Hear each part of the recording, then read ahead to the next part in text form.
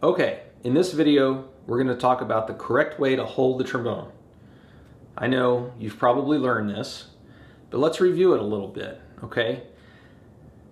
There's a lot of reasons we want to hold the trombone correctly. First and foremost, so that we can get a good breath and produce a good sound. So what I like to say is, I describe the left hand, you make a grip, you make a shape of an L, okay? So we're going to use these fingers too, but for now, think about your forefinger and your thumb. And what we do, we put our thumb over this bar, and then this finger goes right there on top of the mouthpiece, where the mouthpiece enters the trombone. That's called the receiver.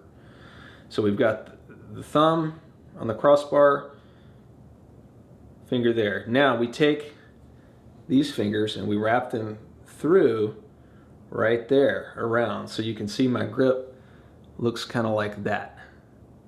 Okay, now young trombone players, you've got smaller hands than I do. That's okay.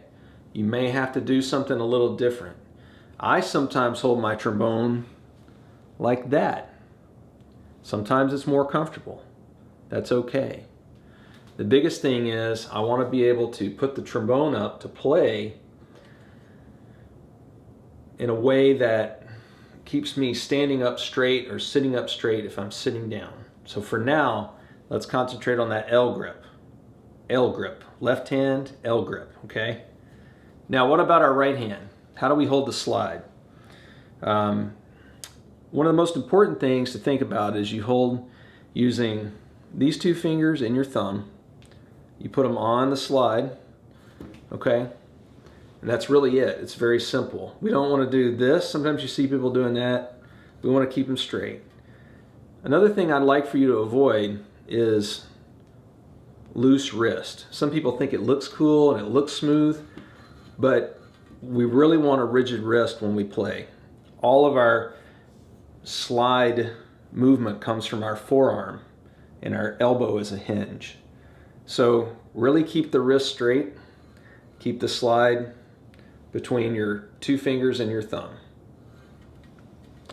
Finally, one more thing. A lot of us when we're young, we may learn to find third position by putting our finger out and touching the bell. Let's try not to do that. I know it's tempting, the bell's right there, but if you hold your slide correctly, you're not going to be able to stick your finger out and do that.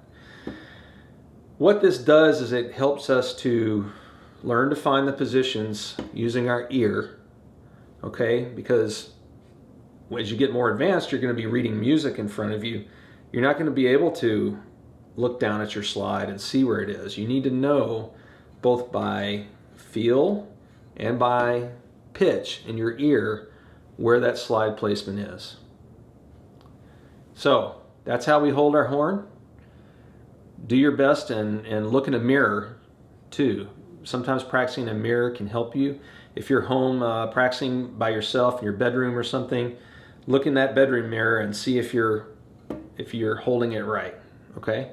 Parents, you can really review this with your student. Take a look at how they're holding it, and just, it's like a checklist, you know, check those things off. L grip, two fingers and thumb here.